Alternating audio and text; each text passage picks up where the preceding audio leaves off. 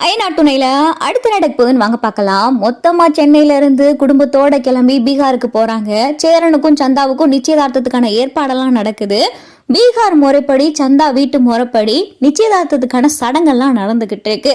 அப்பதான் பொண்ணு வீட்டுல இருந்து மாப்பிள்ளை வீட்டுல சைட்ல இருந்து மாப்பிள்ளையோடைய அம்மா இல்லைன்னு சொன்னீங்கல்ல, மற்றபடி மருமக அப்புறம் கூட பிறந்தவங்க இப்படி யாராவது இருந்தா வந்து முறை செய்ய சொல்லுங்க, சடங்கு பண்ணணும் அப்படின்னு சொல்லி இங்க பொண்ணு வீட்டு சைடு சொல்ல, இதை சரின்னு கேட்டுட்டு அப்பதான் சேரன் நிலா நீ வாப்பா அப்படின்னு சொல்லி சேரன் கூப்பிட, அப்பதான் சந்தா வீட்டுல இருக்கிற எல்லாரும் குசு குசுன்னு பேசிக்கிறாங்க.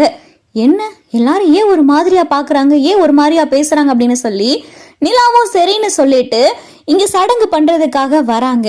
கையில சந்தனம் பூவெல்லாம் எடுக்க, அப்பதான் சந்தாவோடைய அம்மா விறுவிறுன்னு வந்து ஏமா நீ இதை வை அப்படின்னு சொல்லி சந்தாவோடைய அம்மா சொல்ல, ஏங்க ஏன் அப்படின்னு சொல்லிட்டு நிலா கேக்குறாங்க. சோழன் சேரன் பாண்டி பல்லவன் நடேசன் எல்லாருக்கும் அதிர்ச்சியா இருக்கு. ஏன் ஏன் வைக்க சொல்றீங்க அப்படின்னு சொல்லி சேரன் கேட்க, ஏமா உனக்கு கல்யாணம் எத்தனை வருஷம் ஆச்சு அப்படின்னு சொல்லிட்டு இங்க சந்தா வீட்டுல எல்லாரும் கேட்க, கல்யாணம் ஆகி 1.5 வருஷம் ஆக போகுது அப்படின்னு சொல்லிட்டு நிலா சொல்ல, 1.5 வருஷம் ஆச்சு. நீ இதுவரை உண்டா இருக்கியா? கிடையாது.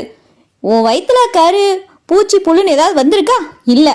எதுவுமே இல்லாம நீ பாட்டுக்கு சடங்கு வைக்க வர.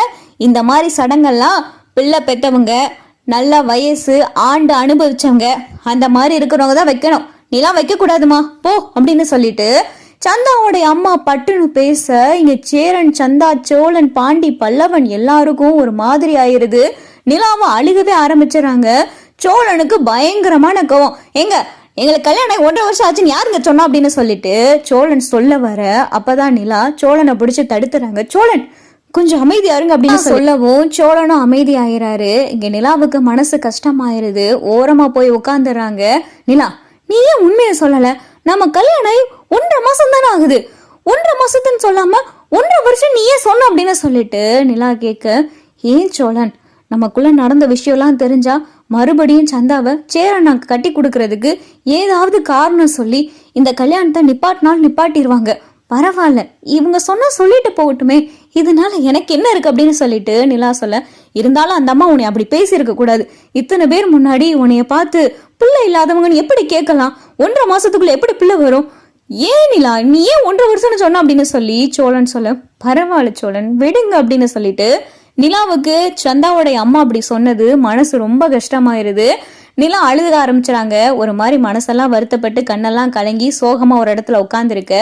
அப்பதான் சந்தாவோடைய அம்மா கிட்ட, மா ஏன் இப்படிலாம் நீ பேசுற? என்ன நடந்துச்சுன்னு முதல்ல உனக்கு தெரியுமா? அவங்க முதல்ல எப்படி வாழ்க்கை ஆரம்பிச்சாங்க தெரியுமா? நீயே தேவையில்லாம இப்படிலாம் பேசிக்கிட்டு இருக்க அப்படின்னு சொல்லி சந்தா சொல்ல, என்னடி என்னையே எடுத்து பேச ஆரம்பிச்சிட்டியா? என்ன நீ ஆசைப்பட்டவனுக்கு நாங்கெல்லாம் கட்டி கொடுக்க சம்மதிச்சேன்னு சொல்லி வாய் ரொம்ப நீளுது. நாங்க செஞ்சா எல்லாம் நல்லதுதான் இருக்கும், எங்களுக்கு தெரியலாம், நீ அமைதியார அப்படின்னு சொல்லி சந்தா அம்மா சந்தா வாய் அடக்க, சந்தா வாழையும் பார்த்தா எதுவுமே பேச முடியல. சந்தா சேரன் கிட்ட மன்னிச்சிருங்க, அம்மா பேசுனது தப்புதான் அப்படின்னு சொல்லி சந்தா சொல்ல, சேரனுக்கும் மனசு கஷ்டமாயிருது. சரி விடு சந்தா, நிலா கிட்ட போய் நீ ஏதாவது பேசு அப்படின்னு சொல்லி சேரன் சொல்ல, சந்தா நிலா கிட்ட பேச வராங்க.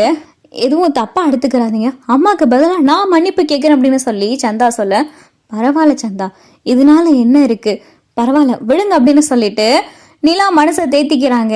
அப்பதான் சேரனும் வந்து, நிலா அவங்க பேசுனது தப்பு தான்ப்பா, எனக்கே அவங்க அப்படி சொன்னது ஒரு மாதிரியா இருந்துச்சு. அவ்வளோ பேர் முன்னாடி உன்னை பார்த்து அவங்க எப்படி இப்படி கேட்கலாம்? நீ ஏன்பா 1.5 வருஷம் ஆச்சுன்னு சொன்ன? உனக்கும் சோழனுக்கும் கல்யாணம் ஆகி 1.5 மாசம் தானப்பா ஆச்சு, நீ ஏன்பா அப்படி சொன்ன அப்படின்னு சொல்லிட்டு சேரன் கேட்க, இல்லைண்ணே சும்மாவே பெரிய பிரச்சனையில தான் இந்த கல்யாணம் சம்மதம் ஆயிருக்கு.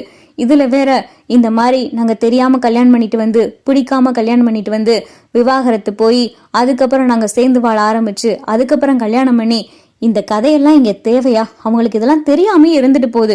பரவாயில்ல சொன்னா சொல்லிட்டு போறாங்க, இதுல என்ன இருக்கு அப்படின்னு சொல்லிட்டு நிலா சொல்ல, எனக்காக நீ எவ்வளவு வித தாங்கிக்கிறப்பா, எனக்கு ரொம்ப ஒரு மாதிரி கஷ்டமா இருக்கு.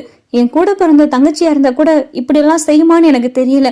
உண்மையிலேயே நீ என் கூட பிறக்காத தங்கச்சி தான்ப்பா அப்படின்னு சொல்லிட்டு சேர நிலாவை நினைச்சு வருத்தப்பட, அண்ணே விடுங்க, அங்க பாருங்க போய் சடங்கெல்லாம் நடக்குது, போங்க நீங்க அங்க போய் உட்காருங்க அப்படின்னு சொல்லிட்டு நிலா சேரனை அனுப்பி வைக்க, அப்பதான் நடேசன் வராரு. அம்மாடி மருமகளே நீ எதையும் நினைச்சு வருத்தப்படாத அப்படின்னு சொல்லி நடேசன் சொல்ல, நான்லாம் ஒன்னும் வருத்தப்படலை அப்படின்னு சொல்லி நிலா சொல்ல, அதான் உன் முகத்தை பார்த்தனே கண்ணெல்லாம் கலங்கினத, இப்படி பேசுனவங்க முன்னாடி எண்ணி 10 மாசத்துல ஒரு பேரனிய பேத்திய நீ பெத்து கொடுக்குற அப்படின்னு சொல்லி நடேசன் பேச, 10 மாசம் போங்க அங்கிள், அவங்க சொன்னான்றதுக்காக 10 மாசத்துல இவருக்கு பேரனோ பேத்தியோ பெத்து கொடுக்கவா? அப்புறம் என் வேலை என்ன ஆகுறது? பிரெக்னன்சி, கன்சீவு, அதுக்கப்புறம் டெலிவரி, இதெல்லாம் நினைச்சாலே எனக்கு பயமா இருக்கு. அதெல்லாம் இப்போதைக்கு முடியாது அப்படின்னு சொல்லிட்டு நிலா சொல்ல, ஐய இப்போதைக்கு முடியாதா? அப்ப எப்பதான் நீயும் சொல்லணும் குழந்தை பெத்துக்கிற போறீங்க? வீட்டுக்கு அடுத்த மருமக வந்தாச்சு, நீயும் சொல்லணும் குழந்தை பெத்துக்கிறாம இப்படி தள்ளி போட்டுக்கிட்டே இருக்க போறீங்களா? என்ன 50-60 வயசுல குழந்தை பெத்துக்கிற போறீங்களா? சட்டு புட்டுன்னு கல்யாணம் ஆச்சா 10 மாசத்துல குழந்தைய பெத்து கொடுத்தமா? இப்படியெல்லாம் இருக்கிறத விட்டுட்டு முடியாது, பயமா இருக்கான். நீ பிள்ளைய மட்டும் பெத்து கொடு, நான் மத்தபடி அவனை பாத்துக்கேன். அவனை குளிக்க வைக்கிறது, குளிப்பாட்டுறது, தூங்க வைக்கிறது, அப்புறம் அவனை கடை கூட்டிட்டு போறது, ஸ்கூலுக்கு அனுப்புறது, இப்படி எல்லா அவளையும் நான் பாத்துக்கிறேன் அப்படின்னு சொல்லி நடேசன் சொல்ல, ஆமா நீங்க பாத்துட்டு தான் நான் மறுவேளை பாப்பீங்க. முதல்ல உங்களையே பாக்குறதுக்கு ஒரு ஆளு தேவை. இதுல நான் பிள்ளை பெத்து கொடுத்தா நீங்க அந்த பிள்ளைய பாத்துக்கிற போறீங்களா? நீங்க முதல்ல இந்த குடிய முழுசா விடுங்க, அதுக்கப்புறம் நீங்க சொல்றத நான் கேக்குறேன். நீங்க எப்ப முழுசா குடிய விடுறீங்களோ அப்ப நீங்க சொல்றீங்க பாத்தீங்களா 10 மாசத்துல பிள்ளைய பெத்து கொடுன்னு, அப்ப வேணா நீங்க சொன்ன மாதிரி 10 மாசத்துல ஒரு பிள்ளைய நான் பெத்து கொடுக்குறேன் அப்படின்னு சொல்லிட்டு நிலா சொல்ல, அப்படின்ற அப்ப நான் குடிய விட்டுருவேன், நீ பேரனையே பேத்திக்குள்ளே பெத்து கொடுக்க தயாரா இருக்கணும் அப்படின்னு சொல்லி நடேசன் நீங்க முதல்ல குடிய விடுறீங்களான்னு பாப்போம் அப்படின்னு சொல்லிட்டு நிலா கிளம்பி போக நடேசன் அப்பதான் தோணுது, இத்தனை பேர் முன்னாடி மருமகளை பார்த்து பிள்ளை இல்லாதவன் கேட்காத குறையா இந்த அம்மா இப்படி பேசிருச்சு. கண்டிப்பா ஒரு பேரனையோ பேத்தியோ நிலா பெத்து கொடுக்கணும், அதுக்கு இந்த குடியை நான் விட்டு காட்டுறேன் அப்படின்னு சொல்லிட்டு சபதம் மாதிரி பார்த்தா நடேசன் எடுக்க ஆரம்பிக்கிறாரு. பீகார்ல நிச்சயம் எல்லாம் முடிச்சிட்டு சென்னை எல்லாரும் வந்துடுறாங்க. அடுத்த வாரம் கல்யாணம். அண்ணே அடுத்த வாரம் கல்யாணம், நீங்க ரொம்ப எங்கேயும் போய் வேலை அது இதுன்னு செய்யறேன்னு சொல்லிட்டு ரொம்ப ஸ்ட்ரெஸ்ஸா ஆகிறாங்க. அடுத்த வாரம் கல்யாணம் இருக்கு, அதே மாதிரி தேவையான திங்ஸ் எல்லாம் கொஞ்சம் வாங்க வேண்டியது இருக்கு, உங்க ரூமை மொத்தமா மாத்த வேண்டியது இருக்கு. சோழன் கிட்ட அதை பத்தி பேசியிருக்கேன். அதே மாதிரி நீங்களும் உங்களுக்கு தெரிஞ்ச கொத்தனார் இருந்தா அனுப்பி விடுங்க, உள்ள நிறைய கொஞ்சம் ஓட்டையா இருக்கு அப்படின்னு சொல்லிட்டு நிலா சொல்ல, அதுக்கு எதுக்குப்பா கொத்தனாரு, நானே செய்யறேனே அப்படின்னு சொல்லி சேரன் சொல்ல, அண்ணே நீங்க சைட்டுலயும் வேலை பார்த்து வீட்லயும் வேலை பார்ப்பீங்களா? நீங்க சைட்டுக்கு போயிட்டு அங்கே தெரிஞ்ச உங்களுக்கு கொத்தனார் யாராவது இருந்தா அனுப்பி விடுங்க. அந்த சின்ன சின்ன ஓட்டைங்க, அப்புறம் வெளியில கொஞ்சம் ஆல்டர்னேஷன் பண்ணா வீடு கொஞ்சம் பார்க்க நல்லா இருக்கும். அப்புறம் சந்தா வந்ததுக்கு அப்புறமா கொஞ்சம் கொஞ்சமா பணம் சேர்த்து நல்ல இன்னொரு ரூம் கட்டிடுவோம். அப்புறம் பாண்டிக்கும் வானதிக்கும் கல்யாண ஏற்பாடு வைக்கணும், அவங்க தங்குறதுக்கு ரூம் வேணும்ல அப்படின்னு சொல்லி நிலா பேச, அப்பதான் பல்லவன், அண்ணி அப்ப எனக்கு ரூம் அப்படின்னு சொல்லி பல்லவன் ஏண்டா நீதான் ஹால்ல படு தூங்குறீல அப்படின்னு சொல்லி சோழன் சொல்ல, ஆளுக்கு தனித்தனியா ரூம் வச்சிருக்கீங்க, நான் மட்டும் என் ஹால்ல படுக்கணும், இன்னொரு ரூம் கட்டையில சேர்த்து ஒரு ரூம் கட்டணும் அப்படின்னு சொல்லி பல்லவன் சொல்ல,